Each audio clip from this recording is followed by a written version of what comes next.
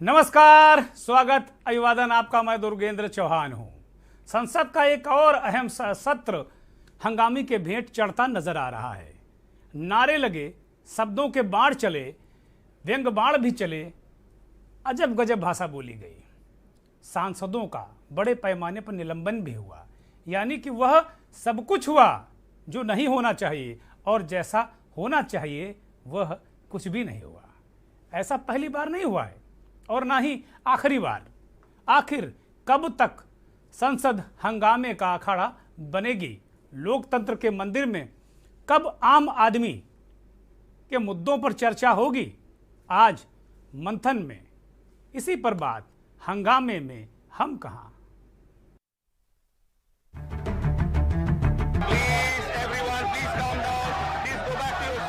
इस भारत की बेटी लेके जा रही है एक खत, एक पेंसिल के लिए।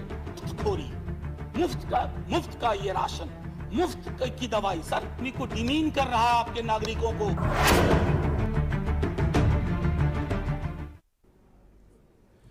संसद का ये जो मानसून सत्र है, ये हंगामे की भेंट लगभग चढ़ गया है। आम आदमी के मुद्दे, आम आदमी की चीजें जिन पर लोग कहते हैं कि भाई संसद में हम उठाएंगे। बहुत सारे नेता, बहुत सारे लीडरान ने ये बात कही थी। मैंने कई ऐसे अहम मुद्दे सुने जब संसद का सत्र आहूत होने वाला था। पक्ष और विपक्ष दोनों तरफ के सांसदों ने बड़ी उम्मीद बांधी थी और उनके इलाके की अपनी अपनी जनता भी। बात यह दीगर है कि जो पक्ष के सांसद हैं वो पार्टी लाइन पर बोलते हैं और बहुत मुखर नहीं होते हैं। मुखर तब होते हैं जब उनका निशाना विपक्ष हो। अपने इलाके की बात वो डर डर कर करते हैं। ऐसा लगता है कि वो जनता की नौकरी नहीं, पार्टी की गुलामी करते हैं। ये सबके लिए लागू है। इसीलिए राज्यसभा में कुछ निर्दलीय सदस्य भी आए, उनसे भी कुछ उम्मीदें थीं। तरह तरह से चीजें, व्यंग बाण, लेकिन मुद्दे अगर देखे जाएं तो आम आदमी के मुद्दे, आम आदमी जो चुनकर भेजता है। और आम आदमी कौन है? हम जीतन राम मांझी की पार्टी वाला हम नहीं।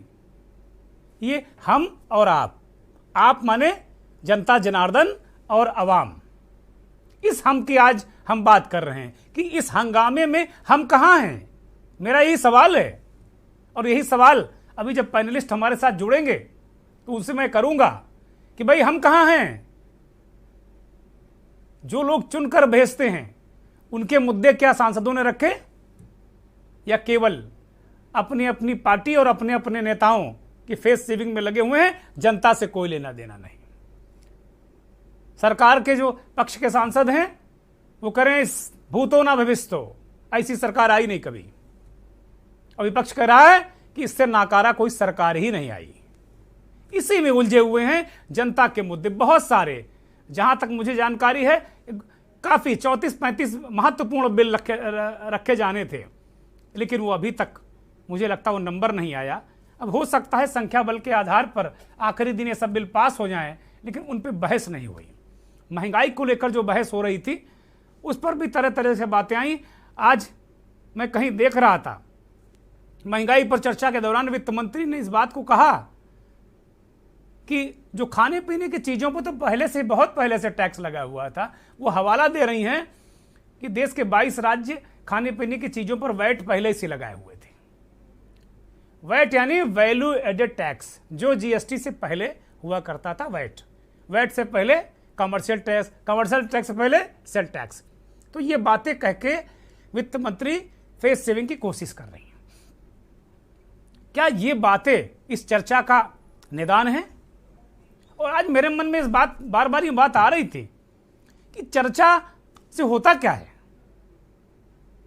क्या जो गांव, गली, मोहल्ले, कस्बों में जो हम रहता है, क्या वो हम को इस चर्चा से कोई लाभ मिलता है, या कुछ हंगामे से उसको लाभ मिलता है?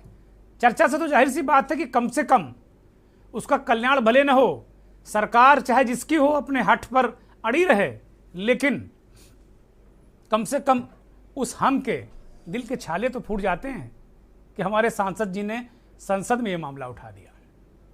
विपक्ष के कई सांसदों को मैंने सुना, ये लोकसभा और राज्यसभा का जो ये मानसून सत्र शुरू होने से पहले वो इस बात को बार बार कह रहे थे कि अब सदन में उठाएंगे। सदन चल ही नहीं रहा भैया, कहां उठाएंगे आप, कैसे उठाएंगे, सदन चल ही नहीं रहा है।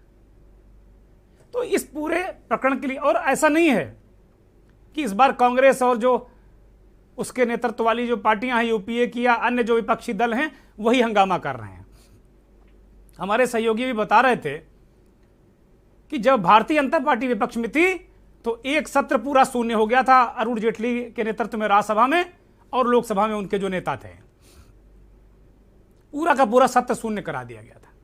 तो यह क्या बड़ा सवाल है कि राजनीतिक दल अपनी नाक के लिए, अपने अहम के लिए उस जनता जनार्दन के मुद्दों को किनारे कर देते हैं और हंगामे में पूरा वक्त जाया कर देते हैं। आज बहुत नीरछीर विवेकी तरीके से मैं चर्चा करने की कोशिश करूंगा और हमारे साथ जो पैनलिस्ट भी जुड़ेंगे उनसे भी यही अनुरोध करूंगा कि आत्मा की आवाज, थोड़ा सा पार्टी लाइन से हट के बात करिए, आत्मा की आवाज कि क्या हम की चर्चा हो रही है संसद में, चाहे राज्यसभा हो चाहे लोकसभा हो। वो हम कहां है, क्या वो हम छल गया है, क्या छला हुआ है।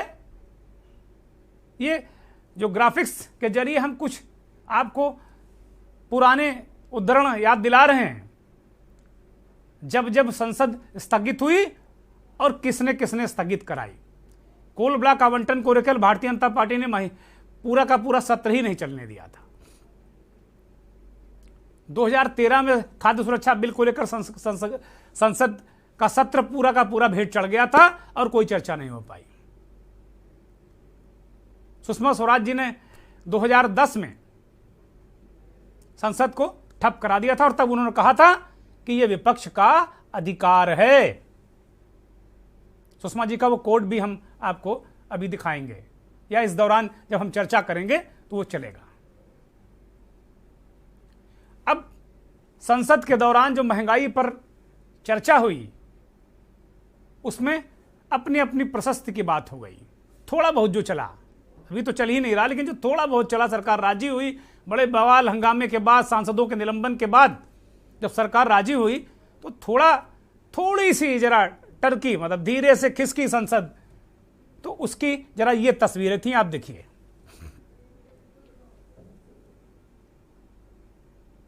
पिछले 8 साल में एक भी चर्चा अपोजिशन ने किसानों की आत्महत्या का किया है? यदि नहीं किया है तो इसका मतलब कि किसान आत्महत्या नहीं कर रहे हैं। हमने किसानों को इतनी ताकत दी है कि आज किसान लड़ाई कर रहा है। और किसान की क्या स्थिति है कि किसान जो है साल भर तक, आज किसान साल भर तक, वही मोदी जी की सरकार थी, वही पैसा था, इस तरह से हमने किसानों को मजबूत किया कि साल भर तक वो आंदोलन करता रहा, लेकिन कोई किसी किसान ने आत्महत्या नहीं की। तो निशिकांत जी कह रहे थे कि आप आभार नहीं मानेंगे क्या इस देश का? ये हाल हुआ है कि इस देश का गरीब आज प्रधानमंत्री जी को बोले आभार है तो मुझे 2 टाइम का आपने खाना दिया। ये आपकी सोच है? सुषमा जी का पूरा डायलॉग आप भूल गए। सुषमा जी यहाँ खड़ी होके महंगाई पे जब चर्चा करते थे, हम वहां बैठते थे, अभी भी मुझे याद है उनका एक एक शब्द तब का, कि तभी महंगाई पे हम पे टीका टिप्पणी जो करती थी बहुत शांति थी, हम सुनते थे, क्योंकि हमको लगता था वो कुछ फीडबैक दे और हमेशा उनके भाषण में कुछ सुझाव होते थे और हम उनके सुझाव सुनते थे और उन पर अमल करने की कोशिश भी हमारी यूपीए की सरकार करती थी। आज निशिकांत दुबे जी जब कह रहे थे बड़े बड़े नंबर्स और 60 सालों की, बहुत अच्छा हिस्ट्री लेक्चर सुनाया उन्होंने, बहुत सारी बातें 60 साल की बोली उन्होंने, लेकिन अभी उनको भी वहां बैठे 8 साल हो गए।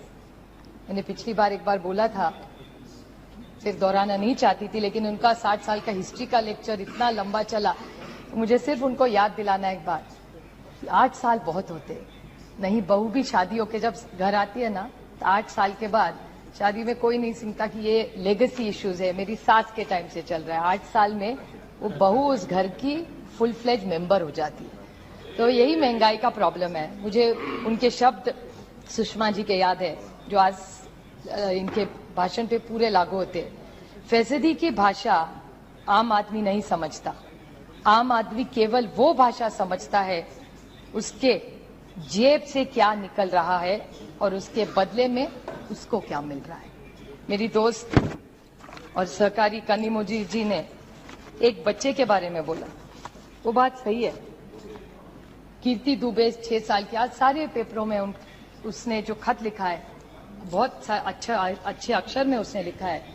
मैं सिर्फ इस सरकार को पूछना चाहती हूँ, आज एक 6 साल की बेटी माननीय प्रधानमंत्री जी को खत लिख रही है और इनका ही नारा है बेटी पढ़ाओ और बेटी बढ़ाओ। अगर इस भारत की बेटी लेके जा रही है एक खत एक पेंसिल के लिए और किसके लिए कि जो पढ़ाई हम देश में सर्व शिक्षा अभियान सा प्रोग्राम जो अटल जी ने लाया था, बहुत अच्छा प्रोग्राम था जो हमने भी आके लिया जब हमारी सरकार थी तब। 22 जुलाई को राष्ट्रीय जनता दल के राज्यसभा के सांसद मनोज झा का फ्री शब्द को लेकर एक बयान भी चर्चा में है, उसे सुनाते हैं आपको और उसके बाद फिर सीधे चर्चा पे आएंगे। मुफ्तखोरी, मुफ्त का ये राशन, मुफ्त की दवाई। सर मैंने कहा था प्लीज, ये आदमी को डिमीन कर रहा है आपके नागरिकों को। आप वेलफेयर स्टेट हैं अब तक थैंकफुली, और चूंकि वेलफेयर स्टेट हैं तो इसमें ये मुफ्त शब्द का इस्तेमाल बंद होना चाहिए। मुफ्त शब्द के इस्तेमाल से आप एक बड़ी आबादी को डिनाइग्रेट करते हैं, अपमान होता है उनका, और उनके नागरिकों के अपमान का अधिकार हम में से किसी को नहीं है। अरे आप देते क्या हैं? अनाज, एक वैक्सीन, ये आपकी रेस्पॉन्सिबिलिटी है। अपनी रेस्पॉन्सिबिलिटी को खैरात में तब्दील मत करिए। उत्तरदायित्व और खैरात में बहुत फर्क है। और मैं देख रहा हूं कि अधिकांश राज्य सरकारें भी इसी मॉडल को अपनाने लगी। उनको लगता है ये सबसे बढ़िया मॉडल है। करोड़ों के इश्तेहार छपवाओ लंबे लंबे और ये बताओ कि आपको हम मुफ्त में ये दे रहे हैं, मुफ्त में वो दे रहे हैं, मुफ्त में वो दे रहे हैं। नहीं साहब, आप मुफ्त में कुछ नहीं दे रहे। एक एक चीज के लिए उस व्यक्ति ने, नागरिक समूह ने पैसे दिए हैं। आज जो हम अट्टालिका खड़ी कर रहे हैं ना सामने, सेंट्रल विस्टा, वो भी उसी गरीब के पैसे, गरीब का भी पैसा उसमें, उससे। तो ये दृष्टिकोण बदलने की भी सर आवश्यकता है। मैं सदन में पहले भी कह चुका हूं, हाथ जोड़ के विनती करता हूं, ये मुफ्त शब्द free, this should be done away with, it should be jettisoned, इसको उड़ा करके फेंक दिया जाए। मनोज झा कह रहे हैं कि जो फ्री फंड का तू मैं मचा के रखी संसद में ना, ये फ्री शब्द को ही उड़ा कर रख दिया जाए। ये कोई आप एहसान नहीं कर रहे हैं, रहमो करम नहीं कर रहे हैं, वेलफेयर स्टेट है, आपका कर्तव्य है। बस इतनी सी देर के लिए संसद चली कि निशिकांत दुबे साहब ने कहा कि भाई प्रधानमंत्री जी का धन्यवाद करो। झारखंड के बीजेपी के सांसद हैं, वो कहते भाई धन्यवाद करो कि आप लोगों को मुफ्त में खिला रहे हैं, फ्री फंड का राशन दे रहे हैं। तो उस फ्री फंड पर सुप्रिया सुले जी ने कहा, और सुषमा जी का एक उदाहरण उन्होंने सामने रखा कि सुषमा जी कहती थी कि आम आदमी से सिर्फ इतना मतलब है, आप गोल गोल लच्छे चाहे जितने बनाओ कि यहां से आया वहां गया, महंगाई का ये रेट ये दर, आम आदमी के समझ में कदापि आता नहीं। आम आदमी से मतलब उसकी जेब में कितना आया और कितना गया, इससे मतलब है। हम अपने मूल मुद्दे पर ही रहेंगे और उसी पर हम अपनी आज की चर्चा, आज का मंथन रखेंगे। हमारे साथ देश के जाने माने वरिष्ठ पत्रकार, राजनीतिक विश्लेषक बिलाल सब्जवारी साहब दिल्ली से जुड़ गए हैं। बिलाल जी बहुत स्वागत, बहुत अभिनंदन, बहुत आभार आपका। राजनीतिक विश्लेषक अतुल मुखर्जी जी जुड़ गए हैं। अतुल जी आपका ये बहुत धन्यवाद, बहुत नमस्कार। समाजवादी पार्टी के एमएलसी और वरिष्ठ नेता शशांक यादव जी जुड़ गए हैं। शशांक जी आपका ये बहुत धन्यवाद। कांग्रेस के सलाब यादव जी जुड़ गए हैं, उनका भी बहुत धन्यवाद, नमस्कार। और भारतीय जनता पार्टी का बड़ी मुखर होकर अपना पक्ष रखने वाले प्रखर प्रवक्ता केसी जैन साहब जुड़ गए। जैन साहब आपका ये बहुत स्वागत, बहुत अभिनंदन, बहुत आभार। चर्चा की शुरुआत अतुल मुखर्जी जी से करता हूं। अतुल जी, एक तो ये फ्री फंड को, जो फ्री का फंडा, इसको लेकर संसद में फोकट की वार पलटवार हो गई कि उन्होंने कहा मैं मुफ्त में देता हूं, धन्यवाद करो करें भाई, मुफ्त नहीं, वेलफेयर स्टेट है, इसको लेकर फिर सुषमा जी की बातें तमाम चीजें चल गई। लेकिन हमारा जो मुद्दा है मूल, कि जो ये संसद नहीं चली, ऐसा नहीं कि पहली बार नहीं चली, जब भारतीय जनता पार्टी सरकार में नहीं थी तब वो यही काम करते थे। तो क्या मूंछों के सवाल पर आम आदमी के जो मुद्दे हैं, उनके जो मसले हैं, वो क्या संसद में नहीं रखे जाएंगे? केवल राहुल की मूंछ कितनी बड़ी और मोदी जी की मूंछ कितनी बड़ी, यही रहेगा? हम कहाँ हैं जिसको हम कहते हैं हम माने भारत, भारत के नागरिक, वो कहाँ हैं? इस भीड़ में खो गए हैं क्या? जिनके लिए संसद बनी, जिनके लिए चर्चा, जिनके लिए व्यवस्थाओं के लिए मैं एक आम आदमी की तरह इतना ही समझ पाता हूं। मैं कोई बहुत संवैधानिक विशेषज्ञ नहीं हूं। अतुल जी, देखिए, हम और आप तो रिप्रेजेंट हो ही रहे हैं। ये जो पार्टियां हैं, ये पार्टियां हम और आपको ही रिप्रेजेंट कर रही हैं। रही बात जो संसदीय व्यवस्था हमारी है, इस व्यवस्था में संसद को सुचारू रूप से चलने की अहम महती जिम्मेवारी जो है वो सरकार की है। परंतु इस संदर्भ के अंदर होने वाली चर्चाओं का जो टोन है या उसका जो एजेंडा है, उसको सेट हमेशा विपक्ष करती आई। विपक्ष जितना सशक्त होगा, एजेंडा और साथ में आपके जो चर्चाएं हैं वो उतनी अधिक सशक्त होंगी। जब जब विपक्ष सशक्त रहा है, विपक्ष में कद्दावर लोग रहे हैं, संसद में चर्चा, भारी भरकम चर्चाएं हुई। इस समय जैसे निशिकांत दुबे की जो उन्होंने टिप्पणी करी है और जिसको लेकर काफी उनकी फजीहत भी हुई है, वो ऑलमोस्ट वो डीके बरुआ वाले लेवल तक वो ले गए हैं कि जिंदा वाली स्टेटस तक निशिकांत दुबे ले गए हैं मोदी जी की स्तुति में।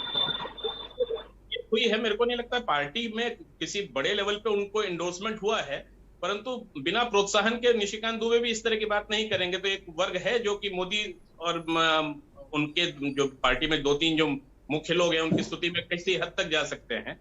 उस बात को अगर हम लोग अलहदा रखते हैं, तो अगर इस मॉनसून सत्र की बात करें तो इसका जो टोन जो है, मेरे ख्याल में इसका टोन जो सेटअप हुआ था, वो जो असंसदीय शब्दों की फहरिस्त में कुछ शब्दों को जो जोड़ा गया था, अगर आप लोगों को याद हो, ड्रामा, ढोंगी, जुमला जीवी तो ऑफ कोर्स ये 2014 के बाद का शब्द है।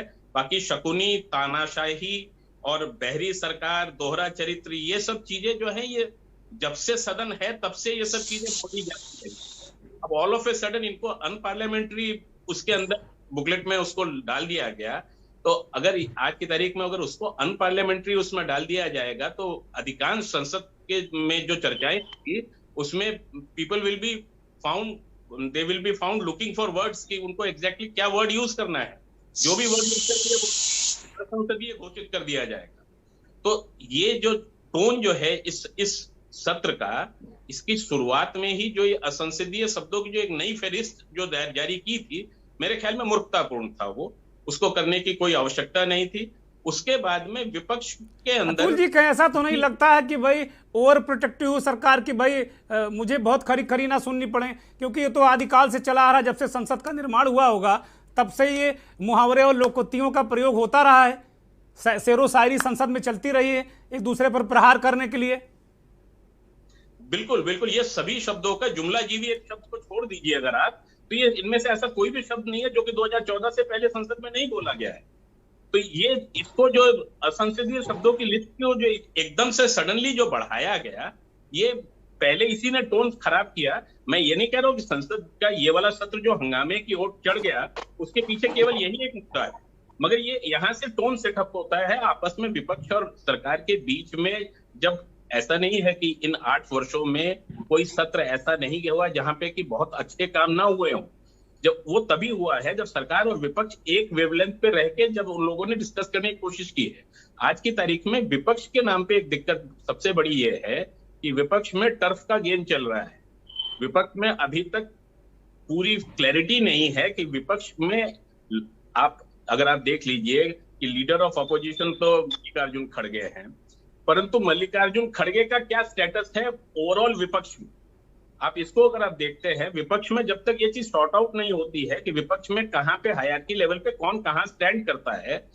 आज है पार्टी में, आज पॉलिटिक्स कर रहे हैं, कल छुट्टी मना रहे हैं। उस पूरी मनोस्थिति के साथ में जो सबसे बड़ी विपक्ष की पार्टी है उसके लीडरान आज भी काम किए जा रहे हैं कि एक सत्र खत्म हुआ, भैया 10 दिन की छुट्टी, फिर एक सत्र खत्म हुआ, फिर 15 दिन की छुट्टी।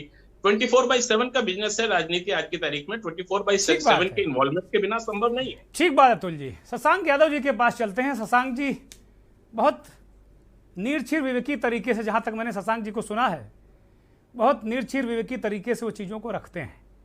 शशांक जी, अतुल जी कह रहे हैं कि भाई विपक्ष अभी जो जिस तरीके से दिखना चाहिए या जो क्लैरिटी होनी चाहिए वो विपक्ष में नहीं दिखती। एक बात और बड़ी महत्वपूर्ण अतुल जी ने कही कि जब जब विपक्ष सशक्त होता है या अंदर होता है, तो इस विपक्ष को तो सशक्त कोई मान ही नहीं रहा, उसके बाद भी संसद नहीं चल रही है। और अतुल जी ने इस बात को कहा कि नहीं भाई, हम के प्रतिनिधि ये लोग हैं, लेकिन ये हमको रख कहाँ रहे हैं, ये हमको छोड़कर अहम के चक्कर में पड़े हुए हैं। अहम हम नहीं, उसमें आ लगा दिया इन्होंने।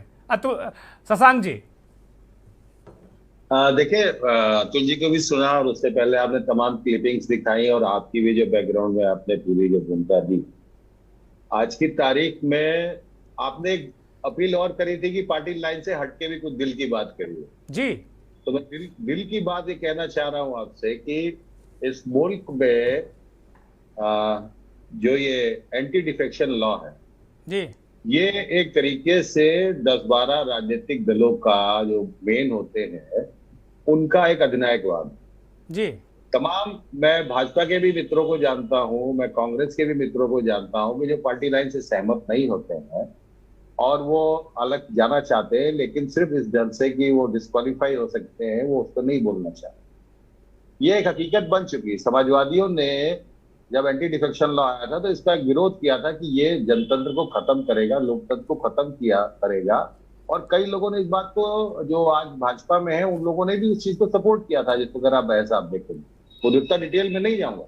लेकिन मैं बड़ा स्पष्ट रूप से कहना चाह रहा हूं कि आज की तारीख में लोकतंत्र का जो स्वरूप आपके सामने दिखाई दे रहा है, बड़ा सीधे सीधे बहुसंख्यक अधिनायकवाद और उदारवाद के बीच का ये टक्कर है, जहां पर बड़ा स्पष्ट रूप से जो बहुसंख्यक आबादी है वो ये मान के चल रही है कि अल्पसंख्यक को 2वे दर्जे का नागरिक बनना होगा। जहां पर एक मेजोरिटेरियन बहुसंख्यक, क्योंकि हम अधिकांशता हम बहुमत में है तो हमारे हिसाब से हो, जबकि डेमोक्रेसी का जो मूल सिद्धांत था कि आपके गाली देने के अधिकार को भी हम सुरक्षित रखते हैं, ये भावना थी डेमोक्रेसी की कि एक आदमी का विरोध भी सुना जाएगा। आज की तारीख में सत्ताधारी दल में तो बिल्कुल भी नहीं दिखाई दे रहा है। और उसकी एक वानगी छोटी सी आपको दे दूं कि 17 से 22 में उत्तर प्रदेश की योगी जी की जो सरकार थी, उस सरकार में मैंने एक सवाल किया था कि कितने जिलों में धारा 144 लागी है, तो आपको जानकर ताज्जुब होगा कि लास्ट में मुझे लग रहा है जनवरी का ये जवाब था कि 75 जिलों में से 74 जिलों में 144 धारा लागू कर दी गई थी। और स्थिति ये थी कि जो रोकती है पुलिस, वो रोकती तो किसी अधिकार के ही आधार पर है।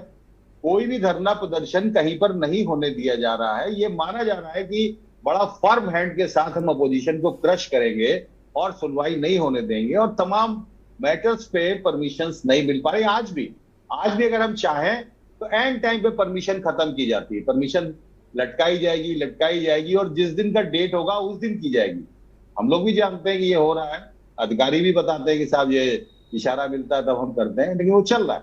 तो आज की तारीख की जो स्थिति है वो बहुसंख्यक अधिनायकवाद की तरफ बढ़ रही है, बहुत खतरनाक है। और जो लोकतंत्र की एक बड़ी मशहूर चीज होती थी कि कलेक्टिव डिसीजन मंत्रिमंडल का होता था, यहाँ पर तो मंत्री को ही नहीं पता है, प्रमुख सचिव ट्रांसफर कर देता है। यहाँ पर जो सेक्रेटरीज है वो सीधे पीएमओ से बात करते हैं, मंत्रियों को मालूम ही नहीं है। यहाँ पे परंपरा वो डाली जा रही है कि विदेश मंत्रालय का जवाब रेल मंत्रालय देगा, रेल मंत्रालय के जो मंत्री हैं उनकी समस्याओं को तीसरे मंत्री देंगे, रक्षा मंत्री देंगे, जब सवाल किया जाएगा रक्षा के ऊपर तो वित्त मंत्री जवाब देंगे। ये रिकॉर्डेड है सारी चीजें, कोई भाई पॉलिटिकल भाषणबाजी नहीं कर रहा हूं। तो और हमेशा याद रखिए, इस मुल्क में नेहरू जी का एक रिकॉर्डेड इतिहास है, अतुल भाई भी इस चीज से वेरीफाई करेंगे, वरिष्ठ पत्रकार है, कि नेहरू जी स्वयं डेमोक्रेसी को मेंटेन करने के लिए छद्म नाम से अपनी सरकार के खिलाफ आलोचना लिखते थे। एक समय वो था कि उनके सामने कोई टिक नहीं पा रहा था, कोई अपोजिशन नाम की चीज नहीं होती थी, और वो अपनी सरकार की आलोचना लिखा करते थे। तो हमारे जो शुरुआत के आजादी के बाद के जो लोग थे, उन्होंने बड़ा खून पसीने से इंस्टीट्यूशंस को बनाया था। लेकिन आज मैं बड़े दुख के साथ कह सकता हूं कि चाहे आप है, मीडिया में है, चाहे हम लेजिस्लेचर्स के रूप में है, चाहे जुडिशरी के रूप में है, चाहे एग्जीक्यूटिव के रूप में गवर्नमेंट जो कर रही है, इंस्टीट्यूशंस को हम लोगों ने बिल्कुल बौना बना दिया है। चुनाव आयोग चाहे आपका हो, चाहे ईडी हो, चाहे सीबीआई हो, एक जमाना हुआ करता था कि लोग कहते थे कि सीबीआई की जांच, इसका मतलब बहुत कुछ निकल के आएगा। एक जमाना होता था लोग कहते थे कि मामला हाईकोर्ट सुप्रीम कोर्ट तक गया तो कुछ नजर निकल के आएगा। आज अफसोस है कि ये सब चीजें इंस्टीट्यूशंस की वैल्यूज खत्म हो रही हैं, और कभी कभी लगता है कि जैसा हमने बोया है वैसा ही हम काटेंगे। तो ये वाइस वर्सा है नेताओं की तरफ से भी, जो चीजों को, क्योंकि सत्ता ही हमेशा एजेंडा तय करती है सोसाइटी का कि समाज किस दिशा में चलेगा। विपक्ष तो केवल उस पर उंगली उठाता है, सत्ता तय करती है किस दिशा में लेके जाना है। जब सत्ता को ही ये तय करना है कि विपक्ष की आवाज आने नहीं देनी है, और मीडिया को जितने जबरदस्त तरीके से हम कंट्रोल कर सकते हैं, जब ये पॉलिसी वाइज आ जाएगा तब जाहिर सी बात है यही परिस्थितियां दिखाई देगी। लेकिन मुझे जो उम्मीद है, आखिरी लाइन में कह रहा हूं, कि एक बहुत बड़ा तबका नीचे से लेके, चाहे वो बिल्कुल कॉमन मजदूर से लेके टॉप क्लास तक जो है, उसमें ये संगवाहट कहीं ना कहीं से हो रही है, और वो एक फेयर डेमोक्रेसी की तलाश में है। वो शक्ल क्या लेगा, किस रूप में आएगा, आई डोंट नो, लेकिन मुझे ये दिखाई पड़ रहा है कि एक तड़प और एक उत्पीड़न और एक तरह से नाराजगी जो कह लीजिए सिस्टम से, वो जनता में दिखाई दे। ठीक बात है। बहुत शशांक जी ने बहुत सारी बातें, और जैसा कि हमने उनसे सभी से ये अपील की थी कि थोड़ा सा पार्टी लाइन से हट के कुछ अंतरात्मा की बात कर ली जाए, क्योंकि बड़ा कठिन है आजकल बात करना, बात कोई करता नहीं है। एक ब्रेक ले रहे हैं, ब्रेक के बाद जब आएंगे तो केसी जैन साहब से जो सवालात उठाए हैं शशांक यादव जी ने, उन पर चर्चा करेंगे, बातचीत करेंगे और उनसे जवाब भी मांगेंगे।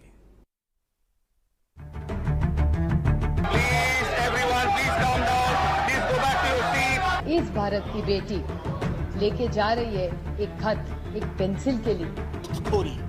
मुफ्त का ये राशन, मुफ्त की दवाई सर को डिमीन कर रहा है आपके नागरिकों को।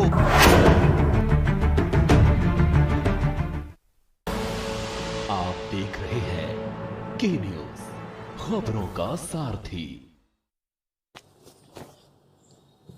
मेरे लड़के में हुनर और लगन की कोई कमी नहीं है, पढ़ाई में भी बहुत तेज है, बस उसे इंग्लिश बोलनी नहीं आती। हम गरीबों के बच्चों में यही तो है कि इंग्लिश बोलने में मार खा जाते हैं, वरना किसी से कम नहीं है मेरा लड़का। पर अब देखना, दिल्ली सरकार ने ये जो 3 महीने का इंग्लिश बोलने का कोर्स शुरू किया है ना, इससे मेरा बेटा भी फर्राटेदार अंग्रेजी बोलेगा और इंग्लिश बोलने वाले की बराबरी कर लेगा। मैं चाहता हूं सभी बच्चों को अच्छी से अच्छी शिक्षा मिले, गरीब और मिडिल क्लास के बच्चे किसी भी क्षेत्र में पीछे ना रहें। अब गरीब और मिडिल क्लास परिवारों के बच्चे भी फर्राटेदार इंग्लिश बोलेंगे। दिल्ली सरकार दिल्ली के युवाओं के लिए लाई है spoken English course by Delhi skill university, जहां सिर्फ 3 महीने में आप फर्राटेदार इंग्लिश बोलना सीख सकते हैं। जब खिलकर निकलेगा ये स्किल, सपनों से दूर जाएगा।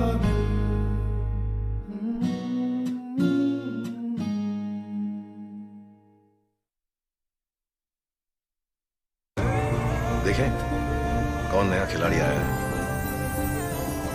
समझा देते हैं, प्यार से समझाएंगे।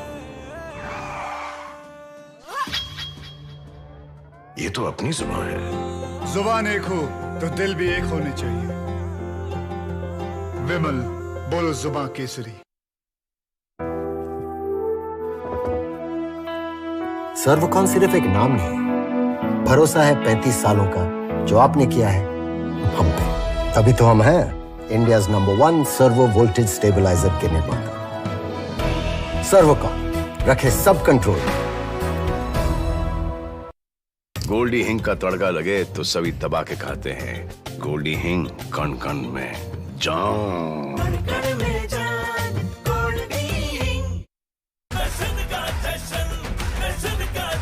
जहां इंडिया करे सेलिब्रेशन, वहां होए टशन का जश्न। राजश्री इलायची, टशन का जश्न। मस्त मस्त मस्त मस्त टेस्ट में भी लज्जत है। बावर्ची की सोया बड़ी बड़ी मस्त है। बावर्ची न्यूट्री सोया बड़ी, इसमें है हाई प्रोटीन जो खाने को बनाए एक हेल्थी डाइट और टेस्ट में बड़ी मस्त है। देखें कौन नया खिलाड़ी आया है, समझा देते हैं, प्यार से समझाएंगे। ये तो अपनी जुबान है। जुबान एक हो तो दिल भी एक होने चाहिए। विमल बोलो जुबान केसरी।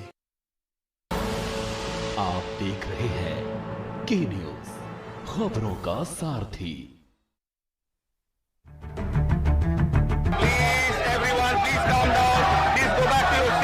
इस भारत की बेटी लेके जा रही है एक खत, एक पेंसिल के लिए। मुफ्त का ये राशन, मुफ्त की दवाई सर अपनी को डिमीन कर रहा है आपके नागरिकों को।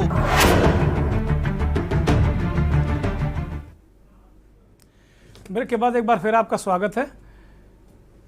शशांक यादव समाजवादी पार्टी के नेता और एमएलसी ब्रेक पर जाने से पहले जो बहुत सारे उन्होंने सवालात उठाए और उन्होंने कहा कि भाई अधिनायकवाद आ गया है और एक तरीके से अब सारी चीज़ें ये एक तरीके से बहुसंख्यक इस देश में तय करने लगे हैं। एक ही बड़ा सवाल है, लेकिन सबसे बड़ी बात यह है कि आज जो मंथन का हमारा विषय है, मुखड़ा है, वो ये है कि हम कहाँ खड़े हैं और हम की जो नुमाइंदगी ये पार्टियां करती हैं, चाहे सत्ता दल हो चाहे विपक्ष हो, क्योंकि जब चुनाव में जाते हैं तब ये सरकार नहीं होते, तभी पार्टियां होते हैं, सरकार बाद में बनती है। तो हम कहाँ खड़े हैं, ये सवाल है। जैन साहब, एक तो मेरा पहला सवाल है कि भाई हम के प्रति भी कोई उत्तरदायित्व तो है, आप हों या विपक्ष के लोग हों। और शशांक जी ने बहुत सारे सवाल उठाए, आपने सुना होगा कि अधिनायकवाद की उन्होंने बात कही, उन्होंने बहुत सारी चीज़ें सवाल उठाए, बहुत ईमानदारी के साथ में चीज़ों को रखने की कोशिश की। जैन साहब जी देखिए ध्रुवन जी, पहली बात तो ये है कि अभी यादव जी ने 3-4 चीजों पे विशेष जोर दिया। उन्होंने अपनी बात में बार बार ये बात कही कि बहुसंख्यकवाद और बहुसंख्यक वर्ग अल्पसंख्यकों को दबाना चाहता है। ये इस तरीके के विचार कहाँ से आते हैं और कहाँ पे आपको ये चीजें दिखाई देती हैं, हमारी समझ से परे। हाँ, ये जरूर है कि समाजवादी पार्टी की आप अवैसी हैं, समाजवादी पार्टी अल्पसंख्यकों की राजनीति करती रही है, लेकिन ये कहां से आ गया कि मीडिया को सरकार दबा रही है, अल्पसंख्यकों को दबा रही है। केंद्र की सरकार ने भी कहा सबका साथ सबका विकास और सबको हम साथ में लेकर के चल रहे हैं। अभी जो मुफ्तखोरी की बात को लेकर के हो, चाहे योजनाओं की बात को लेकर के हो, ऐसी कौन सी योजना है जिसका लाभ सिर्फ और सिर्फ बहुसंख्यक वर्ग को मिल रहा है, अल्पसंख्यक वर्ग को नहीं मिल रहा है। और अभी आपने एक बात और कही कि जब नेहरू जी थे तो नेहरू जी स्वतंत्र रूप से अपनी ही सरकार के खिलाफ कई समाचार पत्रों में लिखा करते थे, उसकी आलोचना किया करते थे। तो आप उस समय की आज प्रशंसा कर रहे हैं नेहरू जी की कि नेहरू जी अपनी सरकार के खिलाफ बोलते थे क्योंकि उसे विपक्ष ना के बराबर था, तो वो स्वयं आलोचना करते थे। आज अगर उसी तरीके से आप अगर दृष्टि डालें तो उससे अच्छी तस्वीर आपको देखने को मिलेगी कि अगर किसी विभाग के मंत्री की बिना जानकारी में अगर सचिव ने कोई निर्णय लिया है, तो अगर मंत्री उस पर सवाल उठा रहे हैं तो एक तरीके से अपनी सरकार पर सवाल उठा रहे हैं। तो आप एक सरकार की जो है प्रशंसा कर रहे हैं आज से पहले नेहरू जी के कार्यकाल की, और आज वही काम अगर भारतीय जनता पार्टी के मंत्री कर रहे हैं। और आपने ये भी देखा होगा कि इसी कोरोना काल में चाहे यहाँ के लखनऊ के सांसद कौशल जी रहे हों, चाहे ब्रजेश पाठक जी रहे हों, उन्होंने तब भी सवाल खड़ा किया था कि कुछ समस्याएं हैं और मेडिकल की व्यवस्थाएं कम ठीक है और उनको बेहतर किया गया उनकी मांग के आधार पर। तो इसको आप चाहे सवाल की दृष्टि से देख सकते हैं या एक सलाह की दृष्टि से देख सकते हैं, लेकिन अगर जिन चीजों का अभी आपने सवाल खड़ा किया कि पता ही नहीं चलता है कि सरकार को कौन चला रहा है, जवाब कौन दे रहा है, और जो रेलवे का भी काम है वो जो है वित्त मंत्रालय देख रहा है, वित्त मंत्रालय का काम गृह मंत्रालय देख रहा है, गृह मंत्रालय का काम कोई और देख रहा है, जवाब कोई और देख रहा है। मंत्री को जो चीजें पता होनी चाहिए वो उनको पता नहीं है, ट्रांसफर हो जाते हैं। तो ठीक है, आपने सवाल खड़ा किया, लेकिन अगर एक की आप प्रशंसा कर रहे हैं तो दूसरे की आलोचना आप कैसे कर सकते हैं? कम से कम भारतीय जनता पार्टी की उत्तर प्रदेश की सरकार में मंत्रियों ने उस पर सवाल तो खड़े किए। पहले क्या होता था कि चीजें गायब हो जाती थी, पता ही नहीं चलता था, उस पर लिपापोती हो जाती थी। आज 50 से ज्यादा ट्रांसफर जो है निरस्त हुए मेडिकल विभाग के, जो विभाग आज जैन साहब थोड़ा बिल्कुल यूपी सेंट्रिक मत हुई है, चूंकि मुद्दा हमने ये संसद का रखा है, लेकिन चूंकि सारी चीजें उससे जुड़ी हुई हैं तो थोड़ा सा केवल यूपी सेंट्रिक की बजाय थोड़ा सा बड़े पर्सपेक्टिव में इसको देखना चाहिए कि भाई हम कहाँ खड़े हैं। जो हम माने आम इंसान, उसके मुद्दे, मान लो सत्ता पक्ष अपनी नाक के सवाल को लेकर खड़ा हुआ है, विपक्ष कह रहा है कि भैया हमारे नेता का चेहरा चमकाओ। आम आदमी कहाँ, उसका चेहरा कौन चमकाएगा? उसकी बातें कैसे सदन में जाएंगी? सांसद जी जो वादा करके आए हैं कि इस बार संसद में उठाऊंगा, कहां उठा पा रहे हैं? पूरा सदन ही भेंट चढ़ गया। जैन साहब देखिए दुर्गेन जी, जो सदन है, सदन जनता के लाभ के लिए योजनाएं बनाने के लिए, और जो योजनाएं कार्य रूप में परिणित होनी है, जिसके लिए एक रूपरेखा सरकार ने तैयार कर रखी है, अगर उनको बिना चर्चा के उनको पास कर दिया जाए तब भी विपक्ष हंगामा करेगा कि आपने इस पे चर्चा नहीं की और आपने इनको पास कर दिया। आज सरकार चर्चा करने के लिए हर विषय पे तैयार है। क्या महंगाई पे आज चर्चा नहीं हुई? चर्चा। और इसी तरीके से जो और विषय हैं, लेकिन लगातार सिर्फ और सिर्फ एक विषय पे अगर चर्चा होगी, सिर्फ आप महंगाई को मुद्दा बना के बैठ जाएंगे, तो जो और विषय हैं अगर हम पीछे ही देखते रहेंगे तो आगे जो प्रगति के लिए हमें और सारी चीजें तय करनी है वो कैसे तय होंगी? इस पे भी ध्यान विपक्ष को भी केंद्रित करना पड़ेगा। और दूसरी बात यह है कि तमाम सारे मुद्दे ऐसे हैं, जैसे जीएसटी को लेकर के केंद्र की योजना को लेकर के प्रश्न चिन्ह विपक्ष के कई नेताओं ने लगाया। एक तो यह है कि अभी आदरणीय अतुल जी ने अच्छी बात कही कि पहली बात तो है कि विपक्ष ही नहीं तय कर पा रहा है कि विपक्ष को करना क्या है। विपक्ष ही छिन्न भिन्न है। अगर मल्लिकार्जुन खड़गे जी को विपक्ष का नेता माना गया है तो बिना उनके नेतृत्व के चीजें लोग अपनी अपनी तरफ लेकर बात अतुल जी ने कह दी, ये बात अतुल जी ने कह दी और ठीक बात है। आपका भी सवाल उठाना लाजमी है। सलभ यादव के पास जा रहे हैं। भाई सलभ यादव जी, जैन साहब कह रहे हैं कि महंगाई के पीछे क्यों पड़े हुए हो? भाई आगे बढ़ो ना, महंगाई सबसे बड़ा मुद्दा थोड़ी है। सलभ यादव ठीक है जी, सुनिएगा, मुझे थोड़ा सा वक्त दीजिएगा। मैं ये कहना चाहता हूं ना, कोई भी देश लोकतंत्र 4 चीजों से बनता है। पहली, उसके पास जो है फिक्स टेरिटरी होनी चाहिए, क्षेत्रफल, वो हमारे पास है। दूसरा, उसके पास सिटीजनशिप होना चाहिए, जो अभी 2 से 3 दर्जे पर पहुंच चुका है। इसी की बात में थोड़ा सा समझ लीजिएगा। तीसरा, उसके पास सरकार होना चाहिए। और चौथी, जो सबसे मूल आवश्यक चीज है, उसके ऊपर किसी प्रकार का दबाव नहीं होना चाहिए। सरकार, सरकार, सामाजिक रचनात्मक कार्यों में हमेशा रत रहने वाले जो संस्थाएं हैं उसको सरकार कहते हैं। और जब इस सरकार की परिभाषा हम भारत के लोगों के मुद्दों को ही गौन कर दिया जाए, अभी वो कह रहे थे कि महंगाई एक मुद्दा क्यों है ना, और भी तो मुद्दे हैं, तो क्या मुझे ये बता पाएंगे? वो कह रहे हैं, शशांक यादव जी ने भी इस बात को कहा, जैन साहब कह रहे हैं, सलभ यादव जी, कि वो आगे बढ़ो भाई, मूव ऑन। खाली महंगाई को पकड़ कर मत बैठे रहो, पूरा देश विकास की तरफ देख रहा है। शलभ जी, मैं उनके विकास को एक बार अगर आप मुझे समय देंगे तो सिलसिलेवार तरीके से बताना चाहूंगा। उन्होंने बोला था 2022 में किसानों की आय दुगुनी हो जाएगी, हो गई। उन्होंने बोला था, अभी पुरानी बातें मैं गिनाना शुरू कर, ना पुरानी बातों में बताइए प्लीज, अभी कहिए, क्योंकि बिलाल साहब काफी देर से इंतजार कर रहे हैं। 35-40 मिनट हो गया, 35 मिनट प्लीज। मुझे सबसे कम ही समय दिया जाता है तो मैं ना मैं ये करता ही नहीं हूं। मैं ये वाला मसला करता ही नहीं हूं कि मैं विपक्ष को कम और सत्ता पक्ष को ज्यादा, ये काम ही नहीं करता हूं मैं। मुझे एक बात बताइए, हमने अग्निवीर के मुद्दों को उठाया, क्या वो अलग मुद्दे नहीं है? हमने गरीबों के मुद्दे, आप कहते हैं कि 80 करोड़ लोगों को आपने ना फ्री फंड में खाना दिया। आप जनता की बेइज्जती कर रहे हैं, जिनके बल पे सरकार चलती है, जो दूसरे नंबर पे आते हैं। और हम सारी जनताओं की बेइज्जती करना इस सरकार ने पिछले 8 सालों से यही किया है। और इसके बावजूद हम कहां मुद्दे उठाएं?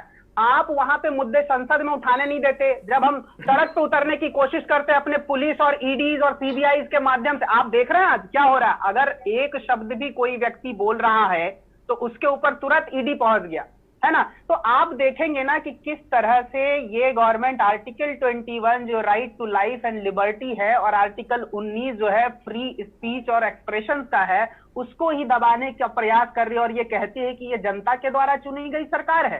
तो ये जनता के द्वारा यदि चुनी गई सरकार है तो इनको ये भी नहीं पता है कि कौन कौन से मुद्दे संसद में उठाए जाते हैं। आपको मैं बताता हूँ, क्वेश्चन आवर और 0 आवर में क्या। जैन साहब आऊंगा, जरा शलभ यादव जी को कह लेने दीजिए अपनी बात, मैं आ रहा हूं आपके पास अभी।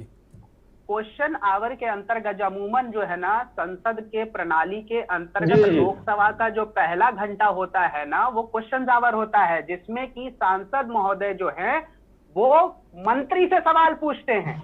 और इसके साथ साथ जब दोपहर का वक्त हो जाता है तो आधे घंटे की परिचर्चा है, जिसमें अटमोस्ट इंपॉर्टेंट चीजें जो बिना बताए ही स्पीकर के प्रयास से जो है लाया जाता है, उसको कहते हैं 0 आवर, जो नवाचार है 1962 में भारतीय परंपरा। और जबकि ये उसके प्रोसीजर में नहीं लिखा हुआ है, लेकिन अभी आप क्या हो रहा है, आप 0 आवर में भी बोलने नहीं देते, आप क्वेश्चन आवर में भी बोलते। ये जो मोदी जी का गुणगान है, क्या सिर्फ व्यक्तिवाद से भारतीय लोकतंत्र मजबूत होगा? 8 सालों से इन्होंने जो भी किया है, चाहे स्टूडेंट के साथ हो, चाहे वो लोअर मिडिल क्लास के साथ हो, मिडिल क्लास के साथ हो, इन्होंने जो है हमारी इकोनॉमी की जो बैकबोन है वो एसएमईज है, उनके पूरे धज्जियां उड़ा दी, तोड़ दी। आज आप, यही सुषमा स्वराज थी ना, जब हम लोग बचपन में देखा करते थे कि सुषमा स्वराज जी जीएसटीज और एफडीआई को लेकर के दिन भर घुमा करती थी और बोला करती थी इससे रिक्शे और ठेले वाले बर्बाद हो जाएंगे। लेकिन जब आप हर चीज में आप आज अमित शाह ने क्या घोषणा करी है कि सीआईएसएफ की फोर्स जो 60s के क्रम में आई थी, जो जितने भी सरकारी उपक्रम हैं उसकी रक्षा सुरक्षा के लिए उन्होंने बोला हम प्राइवेटाइज करने जा रहे हैं। आप मुझे बताइए, जब नौकरियां होंगी नहीं, इस मुद्दे पर अगर हम सवाल उठाते हैं या जवाब मांगते हैं तो आप कहते हैं कि भाई कांग्रेस को मुद्दा ढूंढ लेना चाहिए। हमारे लिए कभी भी, कांग्रेस पार्टी के लिए हमेशा हमारा मुद्दा जन केंद्रित ही रहा है, वो चाहे आज हो या कभी भी हो, ये सारे मुद्दे हमारे। ठीक बात है शलभ यादव जी, ठीक बात। बिलाल साहब के पास चलते हैं। बिलाल साहब, ये जो पूरे मंथन जो अब तक का हुआ है, इसमें एक बात और निकल कर आई, व्यक्ति पूजा की। अभी शलभ यादव ने कहा कि भाई क्या व्यक्ति पूजा से ही अब सदन चलेगा या नहीं चलेगा? व्यक्ति पूजा दोनों तरफ से हो रही है। बिलाल साहब, देखिए दुर्गेंद्र जी, व्यक्ति पूजा किसी भी पार्टी में, किसी भी सरकार में अगर एक परिपाटी के रूप में स्थापित हो जाए तो यकीनन ये लोकतंत्र के लिए और उस पार्टी के लिए भी नुकसानदेह है। वो जिस और इशारा कर रहे थे वो मैं बहुत अच्छी तरह समझ रहा हूं और वो बड़ी गहरी बात है। लेकिन आज आप सवाल कर रहे हैं बार बार के यहाँ पर देश के जो मुद्दे हैं, प्रासंगिक मुद्दे हैं, जो रेलिवेंट मुद्दे हैं, चाहे वो शिक्षा का है, चाहे वो बेरोजगारी का है, चाहे वो महंगाई का है, तो आखिर ये कहाँ खो गए? देखिए, जब संसद के अंदर चर्चा होती है तो निर्मला सीतारमण कहती है कि देश में कोई महंगाई नहीं है। निशिकांत दुबे कहते हैं कि साहब देश के अंदर किसान आत्महत्या ही नहीं कर रहा है। अरे भाई, एनसीआरबी का डाटा ये कहता है, नेशनल क्राइम रिकॉर्ड ब्यूरो का डाटा ये कहता है कि पिछले 8 सालों के अंदर 78,000 किसानों ने देश के अंदर आत्महत्या की। अब लेकिन निशिकांत दुबे अधिनायकवाद अपने नेता की बड़ाई करते हैं संसद के अंदर। संघ के नंबर 2 के प्रमुख दत्तात्रेय हसबोले जी कहते हैं कि महंगाई बहुत बड़ा इशू है और सरकार को इसको संबोधित करना चाहिए। लेकिन निर्मला सीतारमण जी आज कहती हैं कि देश में महंगाई नहीं है। देश के अंदर बेरोजगारी का क्या आलम है, सरकार इसको मानने को तैयार नहीं। तो आप तय कैसे करेंगे मसले को?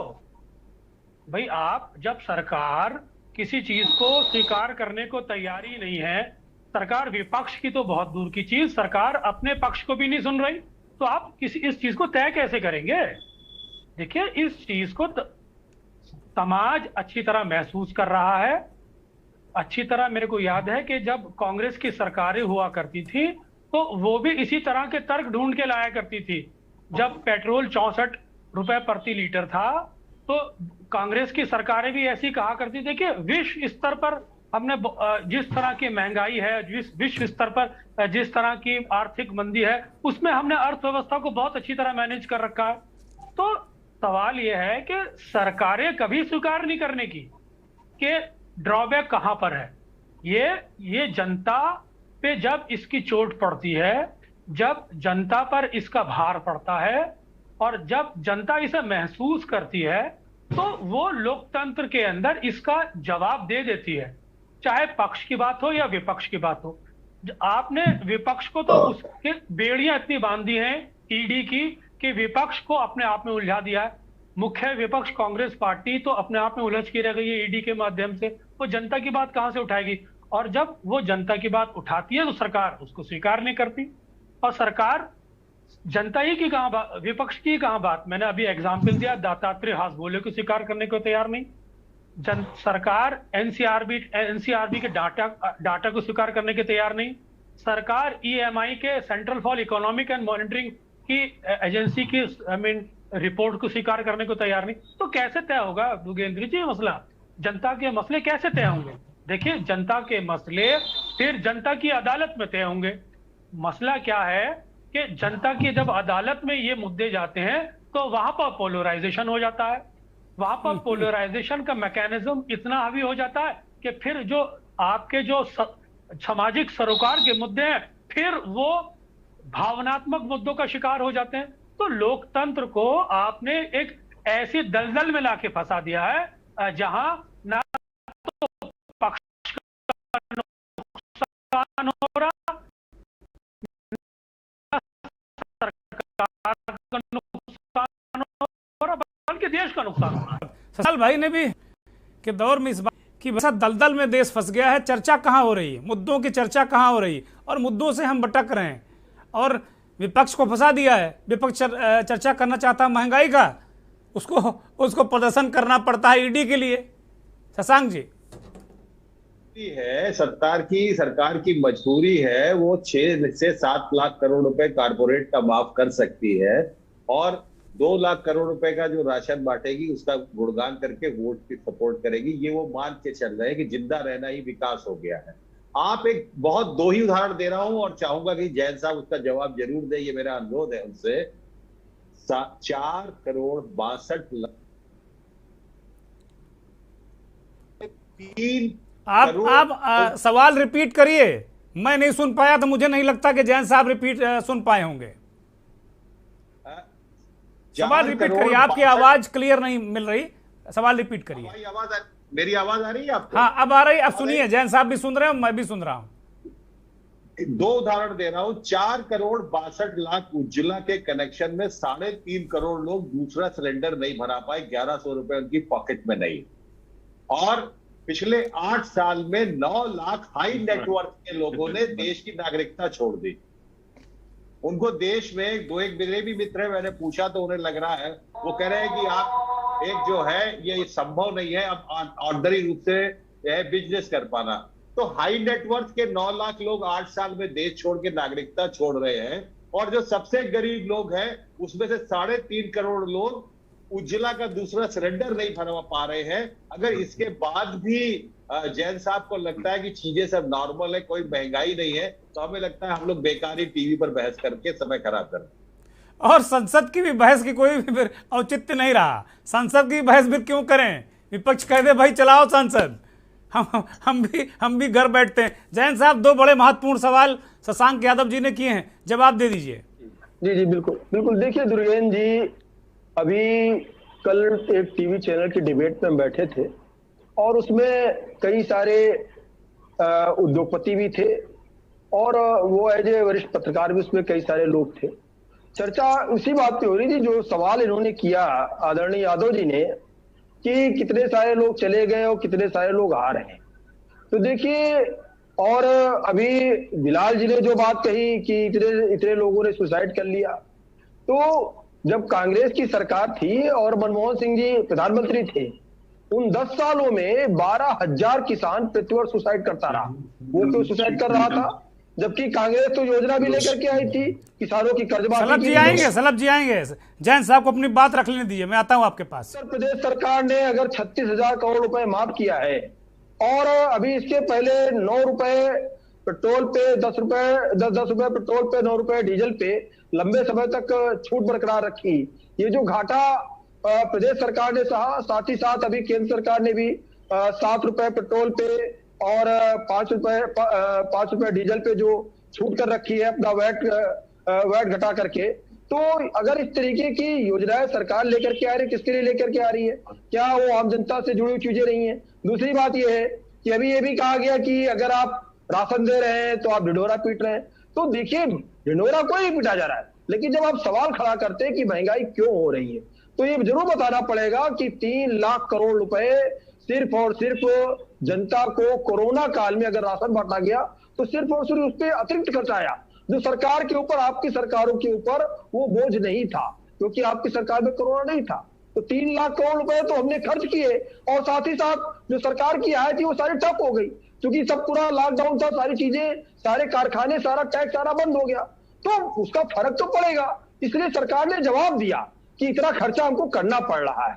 और दूसरी बात यह कि यादव जी ने जो बात सवाल उठाया कि लोग जा रहे हैं, तो आप, हो सकता है उसका मेरे पास डाटा नहीं है तो मैं उस पर बहुत ज्यादा स्पष्टीकरण नहीं दे सकता हूं, मैं हवाई बातें नहीं करता हूं, लेकिन मैं आपको एक चीज बता दूं। उज्ज्वला वाले का जवाब दे दीजिए, उज्ज्वला वाले का, इसका डाटा नहीं तो उज्ज्वला को बता दीजिए, उन्होंने सवाल पूछा।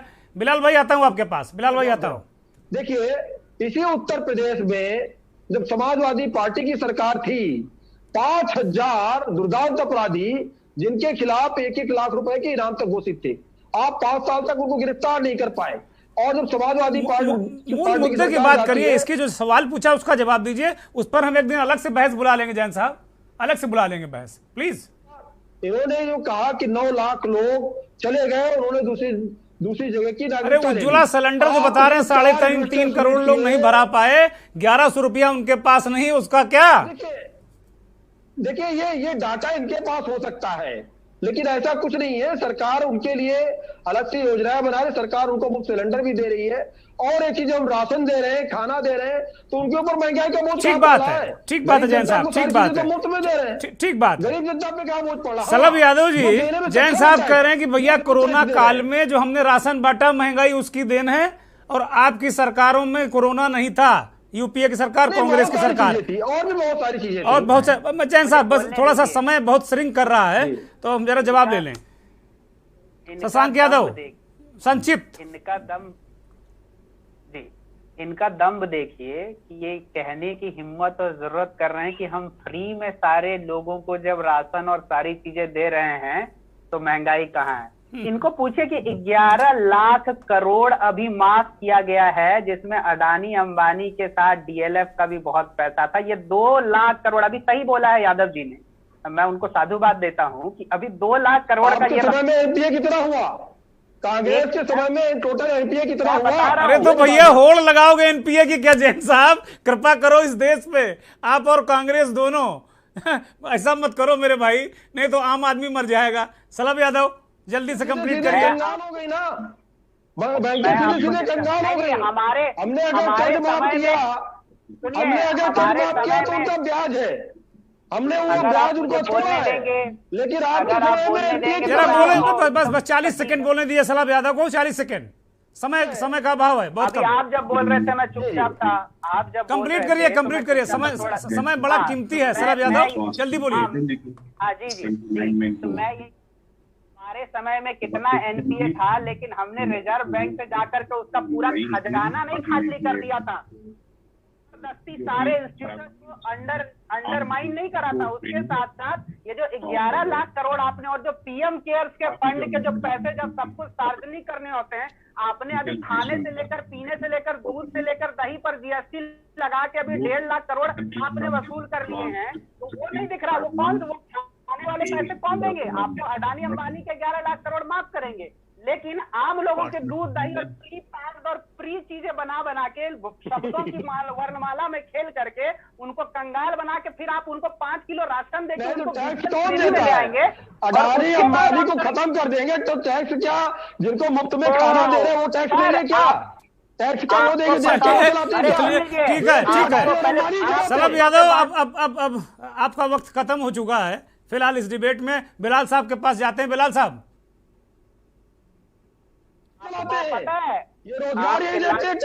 भाई दोनों लोग कृपा करके आप लोग रुकें, जैन साहब, सलभ यादव रुकें। बिलाल साहब शांति से जरा सुन लीजिए, सुनने का मादा भी रखिए। बिलाल साहब अपने जीएसटी के माध्यम से उनका खून चूसने की कोशिश करने लगे। सलभ यादव प्लीज कृपा करके, बस सलभ यादव अब वक्त इजाजत नहीं दे रहा है। बिलाल साहब देखिए, भारतीय जनता पार्टी के प्रवक्ता केसी जैन साहब पूछ रहे थे कि मैंने 78,000 किसानों की जो सुसाइड का आंकड़ा कहां से दे दिया। ये मैंने बात कही, ये मैंने नहीं कही है। नहीं, मैं ये नहीं कह रहा हूँ, मैं ये नहीं कह रहा हूँ भाई साहब बिलाल जी, मैं ये नहीं कह रहा हूँ, मैं ये बता रहा हूँ 12,000 किसान। जैन साहब बिलाल साहब को बोलने दीजिए।